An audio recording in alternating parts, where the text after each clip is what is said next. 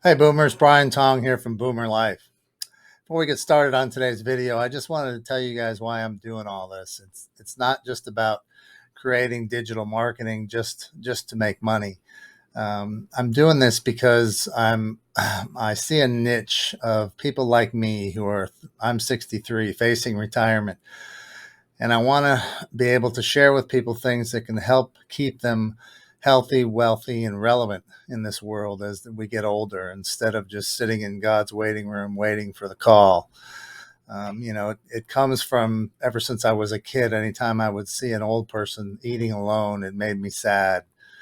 And so I want to help people who are facing retirement stay relevant, stay busy, stay healthy, stay active, stay interested, and keep looking at possibilities. So that's why I'm here. It's why I'm doing this, and I hope you find some value in it. So if you do, subscribe to my channel, read the blog, subscribe to the blog, and send me ideas. Anything you'd like me to write about it, I'd be happy to. So today, what we're doing is a review on the best and worst franchises in light of the pandemic. And the reality is, in 2021, if you're looking to start a new career or buy a business or start a business, you got to deal with the post-pandemic world. So my blog at boomerlife.net explains the situation, and I'm going to go through it with you a little bit today. There's a study that was done in March of 2020 that's found that 66% of franchisors are still pushing new franchises. However, 75% of food service brands were stopping all franchise efforts. And that's because the coronavirus has impacted business sectors differently. If you're an entrepreneur looking into buying a franchise, should consider both the current and long-term effects of COVID-19. So what are the best franchises to buy in these times? Buying a franchise is a great way to bypass many of the struggles that come from launching a new business. Instead of building a brand, you can use the marketing collateral of the franchisor. Instead of worrying about procedures and systems, you'll gain access to training and processes that have been tested across other franchises, and they know that they work. You can mitigate risks by going the franchise route with your startup, furthering your likelihood of success by becoming a franchise for a brand in a growing industry that people already are aware of. And so here's a few industries you might want to consider in these times. And the first is the commercial cleaning service. The $117 billion U.S. commercial cleaning service is expected to be one of the biggest financial benefactors from the coronavirus outbreak. While some commercial cleaning businesses saw a decline in work during the pandemic with fewer people frequenting schools, offices, or public spaces, the emphasis on sanitation and cleanliness moving forward will likely bring ample contracts. Starting a commercial cleaning company is a low-risk business. It requires little investment on the front end, and the long-term outlook from industry experts is a growth trend of nearly 6% through 2025. Unlike residential cleaning services, commercial services offer more stability and longer contracts. Some of the best ones that you can invest in are Jan Pro, which is one of the fastest growing commercial franchises in the world with over 10,000 franchises across 8 countries.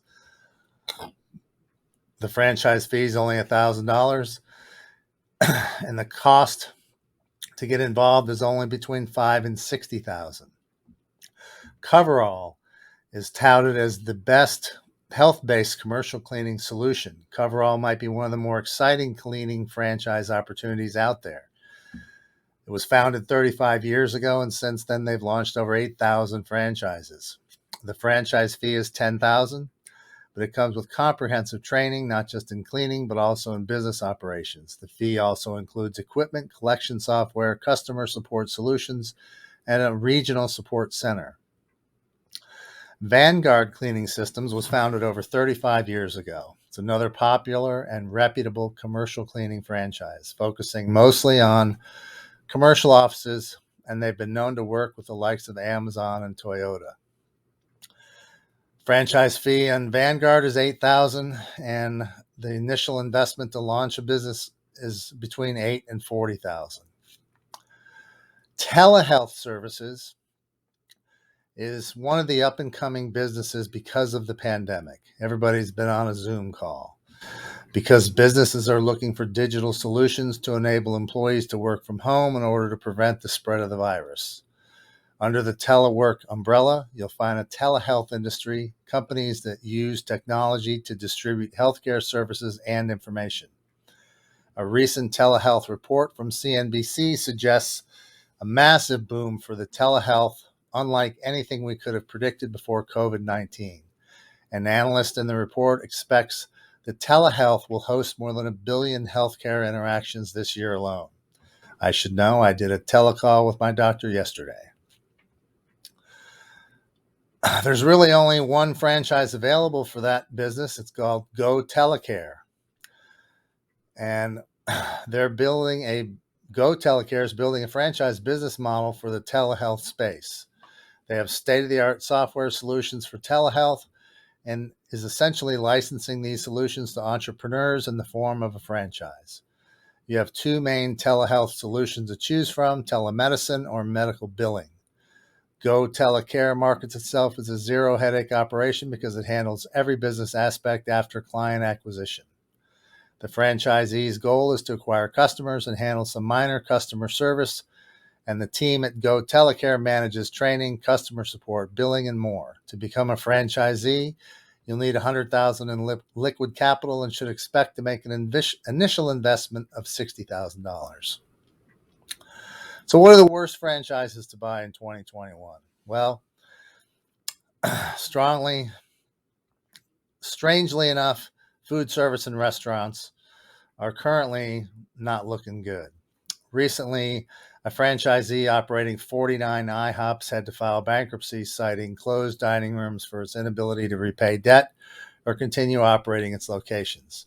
I know around here in Florida, there are many restaurants that are still closed because they just can't get enough help to render good food or service. And when you operate a food franchise, you're typically restricted to certain activities as dictated by the parent company. When you and other franchisees disagree with the choices made above your head, it can be very frustrating. This scenario has played out many times, and because of the unique pressures placed on food service franchises during the pandemic, these disputes are now boiling over. Particularly hard hit are buffet restaurants like Golden Corral and Pizza Inn. Another area is hotel franchises. The hotel industry is down 70% at the present time. It's estimated that since the middle of February of 2021, hotels have lost over $23 billion in revenue. This hit is hurting hotels, including the franchisees of these hotel chains, like Motel 6.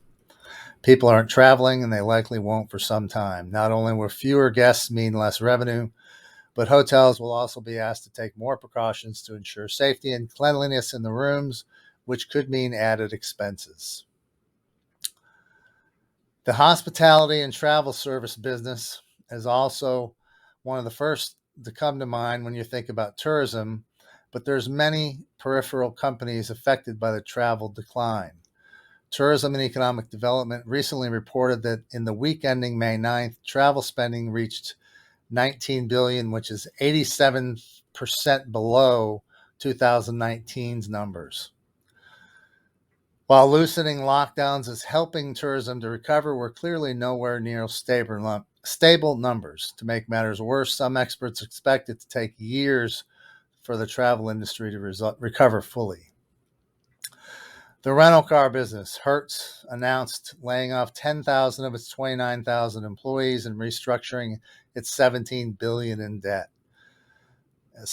And travel agencies are suffering also. Cruise planners, etc. Amusement parks and entertainment activities are suffering.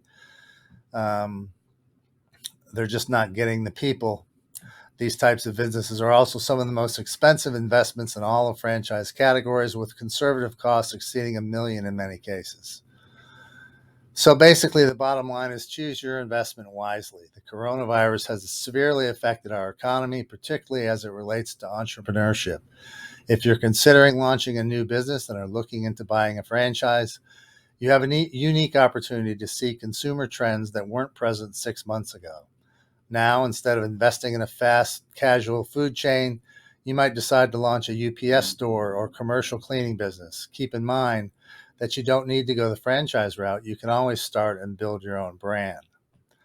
And if you'd like to try an online business that does not require a 7-figure outlay to make 10 grand profit per month, click at the bottom of my blog and you can see the company that's offering training in online business marketing, which is what I'm doing right here.